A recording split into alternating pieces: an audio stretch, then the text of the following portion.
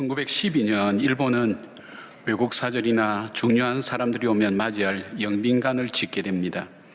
호텔의 이름은 임페리얼 호텔, 이래서 제국 호텔이라고 그렇게 불려집니다. 이때 미국 현대건축의 아버지인 프랭클 로이드 라이트라고 하는 건축가를 초청합니다. 건축하려는 이 땅을 조사한 프랭클 로이드 라이트는 이곳은 큰 건물을 짓기에는 지반이 너무 약하다는 것을 알고 설계에 굉장히 많은 공을 들이게 됩니다. 1912년 설계부터 시작된 건축은 무려 11년간의 세월을 거쳐서 완성하게 됩니다. 다른 건물의 몇 배 이상의 시간과 비용이 들어간 것이죠. 그래서 당시에는 이 건축물에 대해서 쓸데없는 비용과 쓸데없는 돈을 들여서 실패한 작품이라고 그렇게 사람들이 평했습니다. 1923년도 9월 1일 이 호텔의 피로연이 열릴 예정이었습니다. 그때 관동 대지진이 덮쳐서 동경 시내에 있는 모든 건물이 붕괴되거나 무너지고 불타버렸습니다. 그런데 이 제국 호텔은 거의 상처가 없이 변함없는 형태를 유지하게 되었습니다. 이때부터 사람들은 이 건물과 동시에 이 건물을 건축한, 설계한 프랭클 로이드 라이트라는 사람의 건축 방식에 대해서 관심 갖기 시작했습니다. 이 건물은 특별한 공법을 사용했는데 그것은 중요한 점은 기초와 그리고 이 구조에 관심을 갖고 있었고, 대규모 호텔로는 세계 최초로 건물 전체에 스팀 난방을 채용하며 내진과 방화에 대한 획기적인 기술을 도입한 그런 건물이었던 것입니다. 이 제국 호텔은 1968년도에 새로운 건물을 짓기 위해서 헐었다고 그러는데, 제가 거기에서 공부하는 분 얘기를 들어보니까 이 건물을 헐지 않고 다른 곳으로 옮겨서 보존을 했다고 얘기합니다. 그 건축의 아름다움과 그리고 그 견고함을 잘 자랑해주는 대표적인 건축물로 일본에서 자리 잡게 되었습니다. 바울은 오늘 본문에서 우리의 인생도 건축에 비유해서 말씀하고 있습니다. 우리의 믿음 생활은 집을 짓는 것과 마찬가지라는 것입니다. 그런데 어떤 집을 지어야 될 것인가 할 때 오늘 사도 바울은 무너지지 않는 집, 그리고 아름다운 집을 지으라고 그렇게 우리에게 권면합니다. 우리의 삶을 사는 것도 마찬가지입니다. 집을 짓는 것인데 어떤 집을 지을 것인가, 어떻게 지을 것인가 할 때에 우리에게 정말 무너지지 않는 우리 인생의 집, 그리고 견고한 집, 아름다운 집을 지을 수 있다면 얼마나 좋겠습니까? 왜냐하면 우리 인생은 전문가라는 것이 없지 않습니까? 보통 세상 일은 10년, 20년 하면 전문가라는 칭호를 보내주고 그 사람의 실력을 보장해 줍니다. 그러나 우리 인생은 40년, 50년 살아도 한순간에 무너지는 사람들이 얼마나 많습니까? 황혼이혼이 늘어나면서 가정에 끼어져 나가고 아름다웠던 모든 쌓아놓던 것이 한꺼번에 무너지는 것이 우리 인생이라면 집을 잘 짓는 것, 우리 인생을 잘 사는 것은 우리에게 무척 중요한 것입니다. 사도 바울이 오늘 우리에게 어떤 집을 지으라고 말씀하고 있는가? 내 인생의 집을 다시 한번 돌아보면서 이 위기와 어려움의 때에 나는 어떤 집을 지으며 내 인생을 살아갈 것인가를 생각하는 우리 모두가 되었으면 좋겠습니다. 첫 번째로 예수 그리스도에게 기초를 둔 믿음의 집을 지으라고 얘기합니다. 본문 10절, 11절 말씀인데 세 번역으로 제가 읽어드리겠습니다. 나는 하나님께서 나에게 주신 은혜를 따라 지혜로운 건축가 같이 기초를 놓았습니다. 그런데 다른 사람이 그 위에다 집을 짓습니다. 그러나 어떻게 집을 지을지 각각 신중히 생각해야 합니다. 아무도 이미 놓인 기초이신 예수 그리스도밖에 또 다른 기초를 놓을 수 없습니다. 이 말씀은 뭐냐면 복된 인생의 기초는 바로 예수 그리스도며 그 예수 그리스도 외에는 우리 인생의 기초를 놓아서는 안 된다는 것을 말씀하고 있습니다. 사람마다 자기 인생의 기초를 다양한 곳에 둡니다. 돈을 목표로 해서 살아간 사람도 있고, 명예를 목표로 해서 살아간 사람도 있고, 자기 욕망이나 자기가 이루고 싶은 비전과 삶의 행복을 두는 사람도 많습니다. 그러나 바울은 이 모든 것 위에 우리 인생의 기초를 두지 말고 예수 그리스도에게 두라는 것입니다. 예수님은 산상수훈에서 인생의 기초를 반석 되시는 예수 그리스도에게 두지 않고 집을 세우는 사람은 모래 위에 세운 어리석은 사람과 같아서 바람이 불고 창수가 나며 비가 내릴 때 무너진다고 말씀하셨습니다. 왜 삶의 기초를 예수 그리스도 위에 둬야 됩니까? 내 삶의 설계자가 하나님이시기 때문입니다. 나를 만드신 분도 하나님이시기 때문입니다. 내 인생의 계획도 하나님께 있기 때문입니다. 그래서 예수 그리스도 외에 내 삶의 기초를 세우게 되면 쉽게 무너지고 아름다운 건물이 나오지 않는다고 말씀하고 있습니다. 여러분의 삶의 기초가 오늘도 예수 그리스도에게 있는지 이 코로나 시대에 다시 한번 돌아보시길 바랍니다. 돈에 있는지, 내가 쌓아온 어떤 업적에 있는지, 지식에 있는지, 어떤 것에 있는지, 그 무엇보다도 내가 예수 그리스도 위에 내 인생의 기초가 있는지, 내 생각과 내 가치관과 내 판단의 어떤 기준이 예수 그리스도를 믿는 거기에 있는지 잘 살펴보셔서 여러분의 집이, 여러분의 인생의 집이 무너지지 않고 끝까지 견고하게 아름답게 서가는 그런 집이 되기를 바랍니다. 두 번째로 이 사도 바울이 얘기하는 집은 어떤 집을 지어야 될 것인가? 시험과 시련을 이겨내는 믿음의 집을 지으라고 그렇게 권고합니다. 건축에 있어서 어디에 기초를 세우냐가 중요합니다. 그런 다음 어떤 자재를 사용해서 집을 짓느냐가 중요합니다. 그 이유는 여기에서 시련과 시험을 이기는 믿음의 집을 세우라는 이유는 뭐냐면 시련과 고난을 이겨낼 수 있어야 하기 때문입니다. 산상수훈에 보면 예수님은 지어진 집에 비가 내리고 창수가 나고 바람이 불어서 그 집에 부딪힌다고 말씀합니다. 오늘 본문에서 바울은 이 집은 불로 태워질 때가 있다는 것입니다. 그래서 비가 오고 창수가 나고 바람이 불어도 견고하게 설 수 있고 불이 나도 모든 것을 다 태우는 것이 있다 할지라도 흔들리지 않고 없어지지 않고 그대로 남아있는 집을 세우라는 것입니다. 13절에는 불과 같은 시험이 그 세운 집을 테스트해 본다는 것입니다. 믿음에는 시험과 유혹이 따라옵니다. 시험과 유혹이 따라오는 이유는 여러 가지 이유가 있습니다. 주님께서 그 믿음을 테스트해 보시기 위한 것도 있지만은 우리 속에 있는 우리의 죄성이 스스로 자기 욕망을 따라 선택하려고 하는 그 일 때문에 우리가 스스로 넘어지게 됩니다.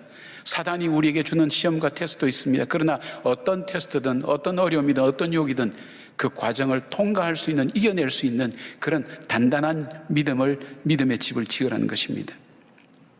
물고기 2마리와 보리떡 5개로 5,000명을 먹이고 예수님은 제자들을 채촉해서 배를 타고 건너편으로 가게 하고 예수님은 기도하러 가셨습니다. 배가 바다 한복판쯤 갔을 때 태풍이 몰아치면서 뱃사람 중심으로 된 어부 중심으로 된 이 제자들이라 할지라도 두려워서 공포 상태에 빠졌습니다. 예수님이 무리를 걸어오니까 유령이라 그러고 전부 다 정신 나간 얘기를 하고 있을 정도로 그만큼 급박한 상황이었습니다. 근데 예수님께서 내니 두려워 말라 하고 배에 오르시니 파도가 잔잔해졌다고 그렇게 말씀하고 있습니다. 여러분, 물고기 2마리와 보리떡 5개로 5,000명 먹인 것 그냥 우리는 신화처럼 듣잖아요. 성경이니까 신화처럼 그런 일이 일어날 수 있을까? 그럴 수 있을까요? 예수님이니까 가능할까요? 이렇게 무조건 믿는 것이 아니라 현실적으로 한번 생각해 보시면 이것이 가능한 일인가? 그래서 그 사람들 마음속에는 이거는 메시아가 아니면 되지 않는 그 믿음을 그 현장에서 굳게 가졌어요. 그런데 이 사건을 정리하는 마가는 그 마지막에 이렇게 표현하고 있습니다. 마가복음 6장 52절에 보니까 이는 그들이 그 떡 떼시던 일을 깨닫지 못하고 그 마음이 둔하여졌음이르라. 무엇을 봅니까? 그 광야에서의 5,000명 먹이던 그 믿음이 그 다음 사건으로 이어지지 않는다는 거예요. 우리가 한번 믿음의 체험을 했습니다. 하나님의 은혜를 체험했습니다. 하나님의 능력을 체험했습니다. 그런데 그것이 그 다음 일에 연결이 안 된다는 거예요. 그 다음 일은 그 달대로 또 동일하게 염려하고 시험당하고 어려움을 당한다는 거예요. 그래서 주님은 우리에게 이 믿음을 점검해 보시길 원하신다는 것입니다. 이들 속에 정말로 물고기 2마리와 보리떡 5개로 5,000명 먹이신 이 크고 놀라운 사건이 그들에게는 믿음으로 남아있는가? 그 믿음이 다음 문제를 해결할 때 한 계단 한 계단 올라가며 극복하는 시련과 어려움을 이겨낼 수 있는 그런 믿음의 분량이 되어 있는가? 마찬가지로 주님께서는 우리의 삶을 통해 우리의 믿음을 점검해 볼 때 다 타서 없어지는 것으로 하지 말라고 말씀하고 있습니다. 신명기 8장 16절 보니까 내 조상들도 알지 못하던 만나를 광야에서 내게 먹이셨나니 이는 다 너를 낮추시며 너를 시험하사 마침내 내게 복을 주려 하심이었느니라. 여러분, 하나님께서 사랑하는 이스라엘 백성들 430년간 예굽에서 종살이 살았으면 고통은 그것으로 충분하지 않습니까? 그런데 하나님께서 그 백성들을 불러냈어요. 불러내서 해방을 시켜줬으면 바로 가나안 땅에 들어가서 좀 편하게 살게 해야지, 자유롭게 살게 해야지. 그 예굽보다 더 힘들었던 광야로 몰아넣었단 말이에요. 너무하지 않습니까, 여러분? 오죽했으면 이스라엘 백성들이 그 노예 상태인 예굽이 더 그립다고 얘기할 정도로 광야의 시련과 어려움이 얼마나 혹독했습니까? 그러나 하나님께서 신명기를 통해서 그 40년의 광야 생활을 거치고 난 그들에게 이것을 이렇게 설명합니다. 네 조상들도 알지 못하는 만나를 먹었지. 근데 너를 낮추시고 너를 시험하사 마침내 내게 복을 주려 하심이라.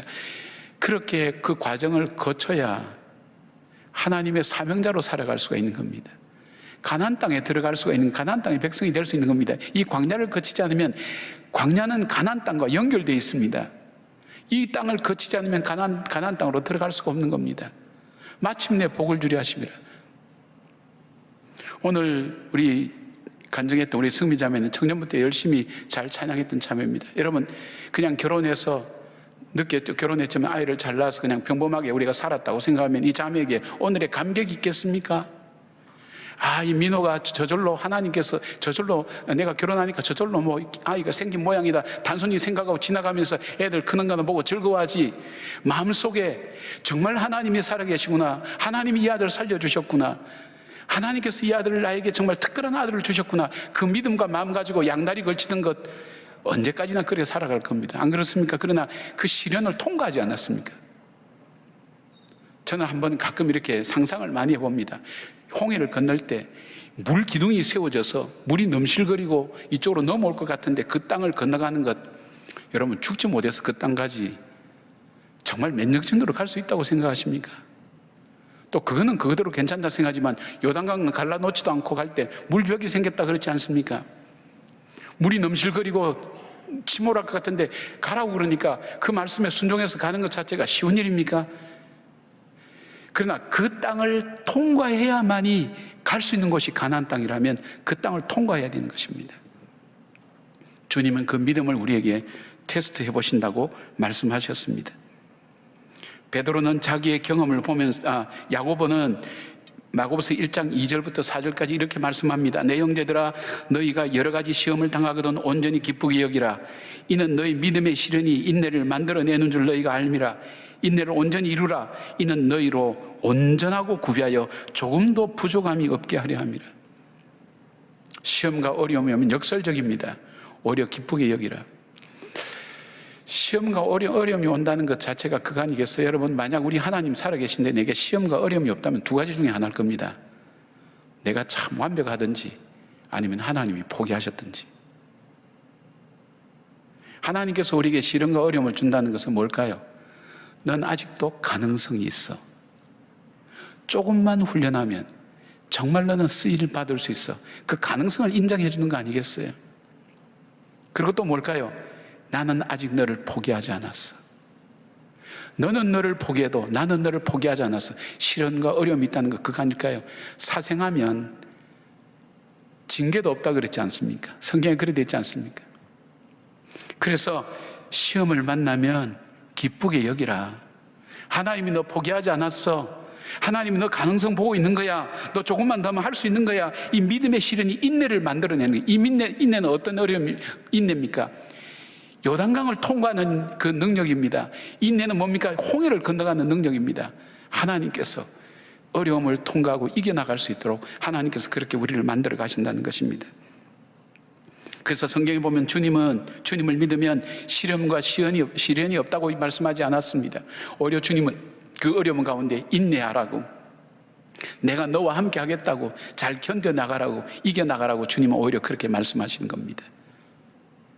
시련과 역경을 이겨낼 수 있는 믿음의 집을 세운다는 것. 베드로는 자기의 경험을 바탕으로 베드로전서 4장 7절에 이렇게 말씀합니다. 사랑하는 자들아, 너희를 시련하려고 오는 불시험을 이상한 일 당하는 것 같이 이상히 여기지 말라. 근데 참 여기 재밌는 단어가 뭐냐면 불시험이라 그랬어요. 정말 뜨겁고 견디기 어려운 시험, 이것이 온다 할지라도 이상하게 여기지 말라. 이걸 통해서 인내를 이루고, 인내를 통해서 믿음을 마침내 주님께서 세워주셔서 온전히 구비하여서 마침내 복을 주려 하시는 하나님의 계획, 바로 이 광야를 지나서 가나안 땅으로 가는 그 길에 바로 물벽이 쳐 있는 바로 그 요단강을 건너는 그 힘, 고난과 시련을 통해서 다듬어진 이스라엘 백성의 모습이었습니다. 사랑하는 여러분, 오늘 저는 그렇게 생각합니다. 여러분이 이 어려울 때 예배당에 와서 예배를 드리고 있는 여러분이 그냥 살아오셨겠냐? 저는 그렇게 생각합니다. 절대 그냥 살아오지 않았습니다. 온갖 시련과 어려움을 겪으면서, 그러면서도 불구하고 나를 붙드신 그 하나님의 은혜를 사모하면서 나왔다고 저는 그렇게 믿습니다. 그 믿음 때문에 여기까지 걸어온 것입니다. 이 믿음을 가지고 우리가 앞으로 남은 생애 동안 힘들고 어려운 일이 있어도 헤쳐나가고 믿음으로 이겨나가는 그 믿음의 집을 지으라고 주님은 말씀하고 있습니다. 저는 이 코로나라는 것이 한국의 가정을 하나님께서 테스트해 보신다고 봅니다. 한국 교회를 테스트해 본다고 생각합니다. 교인들이 떠난다고 얘기합니다. 예, 그럴 수 있습니다. 떠날 수 있습니다. 그러나 여러분 다시 한번 생각해 보십시오. 이 위기의 파도 앞에 휩쓸려서 그냥 지나갈 것인가, 이 위기 앞에 내가 붙드는 그 예수를 다시 강건하게 붙들고 이 어려움을 헤쳐나가며 말씀으로 믿음으로 이겨나갈 것인가, 그 선택은 우리의 몫인 것 같습니다. 주님은 오늘 우리에게 말씀합니다. 이겨나가라고. 믿음 붙들고 시련과 어려움을 이겨내는 든든한 믿음의 집을 짓는 저와 여러분 되기를 주님의 이름으로 축복합니다. 세 번째로는 상급이 있는 믿음의 집을 세우라고 말씀합니다. 상급이 있는 믿음의 집. 14절 15절 말씀에 만일 누구든지 그 위에 세운 공적이 그대로 있으면 상을 받고 누구든지 그 공적이 불타면 해를 받으리니 그러나 자신은 구원을 받되 불 가운데서 받은 것 같으리라 되어 있습니다. 여러분, 우리가 믿는 그 믿음 속에는 반드시 무엇이 들어가 있냐면, 믿음에 여러분 고백하는 그 고백 속에 그 예수 그리스도를 나의 구세주와 주님으로 믿는 그 고백 속에 뭐가 들어있냐면, 우리가 하나님의 심판대 앞에 선다는 사실이 그 안에 포함되어 있습니다. 그러니까 우리 믿음 속에는 나는 반드시 하나님의 심판대 앞에 선다, 그 믿음의 고백이 우리 속에 담겨져 있습니다. 누구든지 다 믿음의 심판대 앞에 설 것입니다. 고린도서 5장 10절에 이렇게 되어 있습니다. 이는 우리가 다 반드시 그리스도의 심판대 앞에 드러나 각각 선악간에 그 몸으로 행한 것을 따라 받으려 함이라. 그래서 집을 지을 때에 불이 나면 다 타버리는 나무나 풀이나 집으로 짓지 말고 금이나 은이나 보석으로 지으라고 그렇게 말씀합니다. 왜냐하면 마지막에 모든 것이 드러날 때 불타 없어지지 않고 언제까지나 남아있는 믿음의 상급을 보기 때문입니다. 마지막 때에 다 타버리면 자신은 구원을 받되 불 가운데서 받는 것 같다고 합니다. 남는 것이 하나도 없으니까 부끄러운 구원을 받는다는 것입니다. 여러분, 롯의 가정을 아시지 않습니까? 이들은 아브라함과의 관계 속에서 이제 아브라함을 떠나야 되는데 어느 쪽으로 갈 것이냐 하니까 풍성해 보이는 소돔과 고모라 쪽으로 방향을 정합니다. 그들은 갔습니다. 성공했습니다. 돈도 많이 벌었습니다. 부유하게 됐습니다. 마을에서도 인정받아서 마을 어귀에서 나그네를 맞이하는 그 직분도 맡았습니다. 굉장히 인정받은 겁니다. 딸도 둘이나 놓았습니다. 사이도 보았습니다. 부족함이 없습니다. 풍족합니다. 자유롭습니다. 얼마나 아름다웠고 행복한지 모릅니다. 그런데 하나님께서 이 소돔과 고모라를 심판하실 때에 심판의 불에 그가 일평생 수고하고 애쓴 것, 모든 것 다 타버렸습니다. 그리고 그 안에는 나의 눈물과 땀과 그리고 나의 수고가 들어있는 저 재산, 저 모든 것, 이루어놓은 모든 것, 그것 바라보고 주님의 말씀을 생각하지 않고 그것 미련에 뒤돌아보다가 소금기둥이 되었습니다. 두 딸들은 아버지와 관계에서 자손을 퍼뜨리는 불행한 가정의 구원이 그 가정에 있었던 것을 보게 됩니다. 이루어놓은 것 다 타버리면 없어집니다. 나에게 마지막에 남아있는 것이 아무것도 없다면 무슨 소용이 있을까요? 우리가 살아가는 삶의 과정도 중요하지만은, 그러나 마지막 그 삶의 결론이 나에게 남아있는 것이 아무것도 없다면, 마지막에 가서 양과 염소의 심판처럼 내가 주님을 위하여 무엇을 했고 상을 받을 것처럼 얘기했지만 이 악한 것들아 난 너희를 알지 못한다. 이 염소 같은 신자들아 난 너희를 알지 못한다고 주님이 내치면 마지막은요, 기회가 없다는 것이 결정적이에요. 회복할 기회가 없어요. 끝나는 거예요. 그 마지막이 온다면 얼마나 당황스럽겠습니까? 그 마지막에 우리의 인생을 불태워본다는 거예요. 뭐가 남는지, 흙이나 집이나 지푸라기 같은 것으로 지은 그 집은, 나무나 이런 거 지은 건 다 타서 없어서 남는 게 없습니다. 부끄러운 군을 받는다는 것입니다. 그때도 견고하여서 아름다워서, 보석으로 짓는 건 은과 금과, 그리고 보석으로 짓는 아름다운 집도 필요하지만 불에 태워도 태워지지 않는, 변치 않는, 하나님 앞에 정말 드러낼 만한, 드릴 수 있는 그런 삶을 살으라는 것을 말씀하고 있습니다.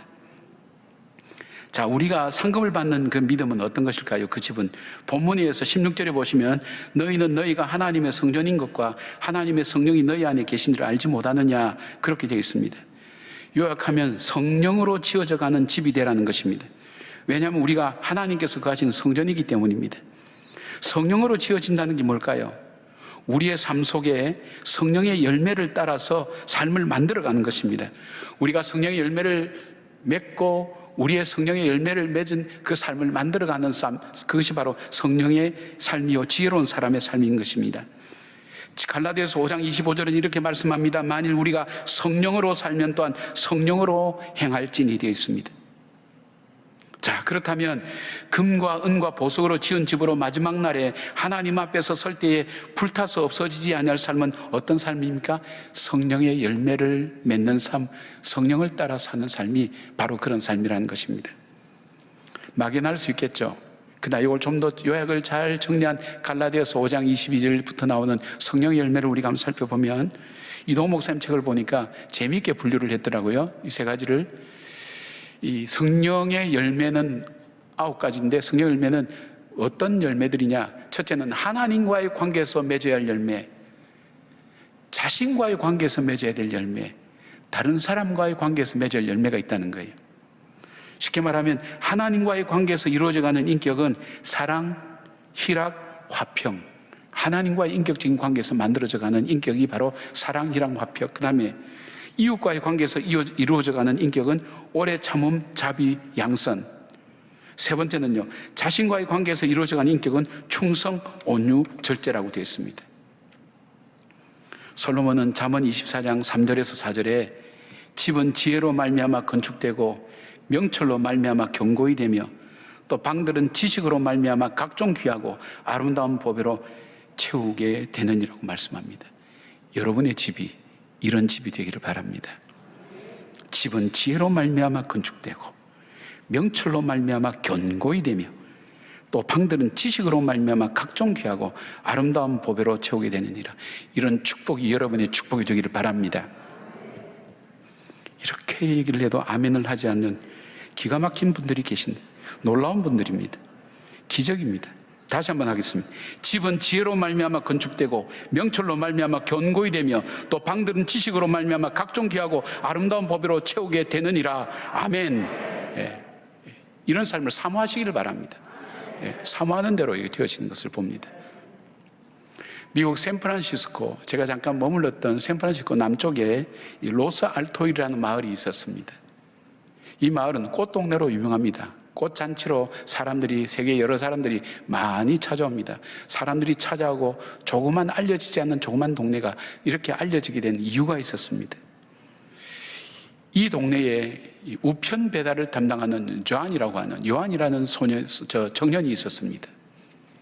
이 청년은 같은 도시, 같은 거리, 그리고 같이 사는 그 사람들에게 매일같이 우편물을 배달하며 우편물 왔습니다. 그렇게 전하는 일을 성실하게 했던 사람이었습니다. 한 15년쯤 하고 났을 때에 중년이 되었을 때 자기 인생을 다시 한번 돌아보게 됩니다. 내가 하는 일이 뭘까? 매일 아침 자전거를 타고 이 집 저 집 가면서 우편물 왔다고 얘기하고 같은 거리, 같은 사람들 만나면서 쭉 계속해서 이렇게 하다가 내 인생을 끝낼 것인가? 뭔가 내 인생 속에 새로운 변화가 왔으면 좋겠다. 보람 있는 일을 했으면 좋겠다. 그 생각을 하게 됐습니다. 그리고 하나님께 기도를 합니다. 하나님, 내 직업을 바꾸게 해달라고. 나로 하여금 보람 있는 일, 새로운 일을 하게 해달라고. 하나님께서 허락하지 않으셨습니다. 그 마음속에 평안함이 없었습니다. 하나님께서 계속 이 일을 하기를 원하시는 것 같았습니다. 그런데 어느 날 이걸 붙들고 기도하는데 그 마음속에 주시는 지혜가 있었습니다. 그렇지, 내가 이 일을 한다면 그냥 단순히 하는 일이 아니라 일 속에 정말 내가 보람 있고 복된 일을 내가 찾아야 되겠다 생각하게 되었습니다. 그다음부터 달라지게 됐습니다. 똑같이 자전거를 타고 같은 집을 다니고 같은 거리를 다니지만 그다음부터는 자기 우편 배달부 가방 안에는 꽃 씨앗을 갖고 다니면서 꽃씨앗을 뿌렸습니다. 몇 년간 계속 뿌렸죠. 죽은 것도 많겠죠. 그렇지만은 그가 다니고 시간이 흘러갈수록 그가 지나간 거리에 꽃이 피기 시작했습니다. 그가 지나간 거리는 마을 전체를 다 돌아다니기 때문에 마을 전체가 꽃이 피기 시작했습니다. 그것을 마을 사람들이 함께 보고 함께 참여한 꽃마을로 가꾸게 된 것입니다. 여러분, 내가 오늘 평범한 하루를 살 수가 있습니다. 어제처럼 오늘 살아가고, 그러나 내가 성령을 따라서 산다 할 때 성령님께 오늘 하루를 묻습니다. 하나님, 오늘 하루 주셔서 감사합니다. 오늘 제가 어떻게 살면 좋겠습니까? 하나님 인도하심을 따라 묻습니다. 하나님, 이 일을 내가 어떻게 처리하면 좋겠습니까? 하나님께 일을 여쭙습니다. 내가 내 감정대로, 내 판단대로, 내 생각대로, 내 이익을 따라, 환경을 따라 결정하지 않고 하나님께서 나에게 말씀하시는 게 뭘까? 지혜롭게 그것을 잘 알아듣게 하시고 지혜롭게 판단하고 결정하게 해주십시오. 주 그렇게 생활을 할 때 거기서 뭐가 맺혀질까요? 우리 육체를 따라하면 육체의 열매가 맺혀지지만 우리가 성령의 인도함을 받게 되면 나는 이해하지 못하도 때로는 내 육성과는 다른 결정이 난다 할지라도 거기에는 성령의 열매가 맺혀집니다. 그리고 그 결실을 통해서 하나님께서 영광 받으시는 것입니다. 사랑하는 여러분, 우리는 다 집을 짓는 사람들입니다. 코로나가 있어도 집을 지어야 되고 평안해도 집을 지어야 되고 연세가 많으셔도 마무리 집을 지으셔야 되고 젊은 사람도 집을 지어가야 됩니다. 어떤 집을 짓겠습니까? 바울이 오늘 이렇게 우리에게 말씀합니다. 그리스도 위에 기초를 세우십시오. 그리고 견고하고 든든해서 시험과 어려움을 이길 수 있도록 견고하고 든든하게 세우십시오. 그리고 마지막 날 불타서 없어질 때 태워지지 않는 영원한 것으로 집을 세우십시오. 그럴 때에 주님께서 우리에게 우리 인생 속에 우리가 이 땅을 떠나는 아버지 심판대 앞에 섰을 때에 정말 상급을 받고 칭찬을 듣는 그런 인생으로 살아가는 저와 여러분 되시기를 주님의 이름으로 축원합니다.